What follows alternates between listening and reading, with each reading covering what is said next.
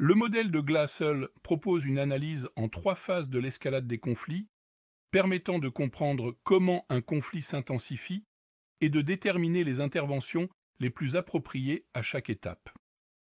Développé par Friedrich Glassell dans les années 1980, ce modèle est un outil essentiel pour les professionnels de la gestion des conflits. Phase 1. Les tensions et conflits hardissent.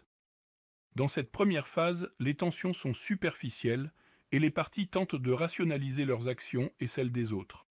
Les interventions peuvent inclure la communication directe et la médiation pour aider à clarifier les malentendus avant qu'ils n'escaladent. Phase 2. La formation des blocs. Les parties commencent à se polariser, formant des coalitions et adoptant une mentalité de « nous contre eux ». Les interventions nécessaires ici peuvent impliquer des tiers pour faciliter les discussions et commencer à travailler sur la reconnaissance mutuelle des intérêts et besoins. Phase 3.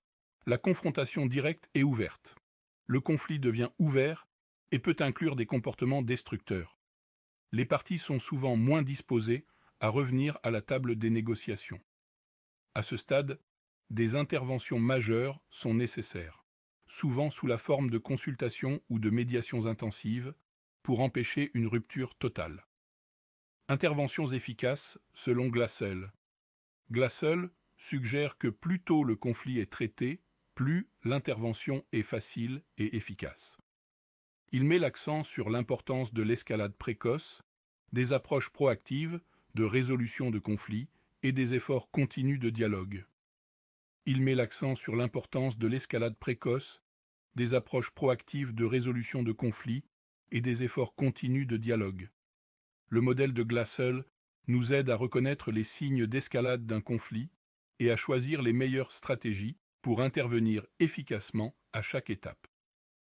Utiliser ce modèle permet de réduire la probabilité de dégradation des relations et de trouver des solutions durables avant que les conflits ne deviennent incontrôlables. Imaginons une situation de conflit au sein d'une entreprise de logiciels où 2 départements, le développement et le marketing, entrent en conflit à cause de délais de livraison de produits et de priorités divergentes.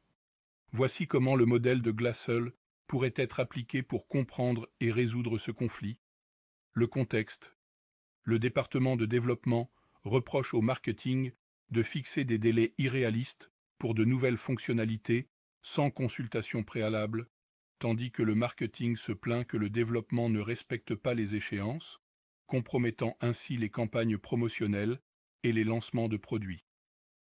Phase 1. Rationalisation. Les tensions débutent par des échanges tendus lors des réunions où chaque département justifie ses actions en critiquant l'autre pour sa mauvaise gestion des attentes et des délais.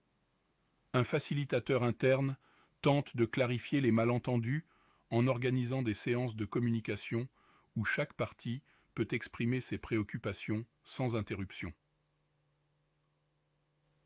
Phase 2. Polarisation et coalition.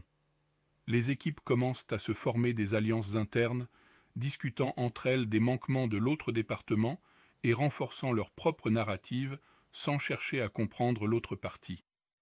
La direction organise des ateliers de team building et engage un consultant externe pour réaliser des sessions de médiation visant à abattre les murs et à reconstruire la confiance entre les équipes. Phase 3. Confrontation ouverte.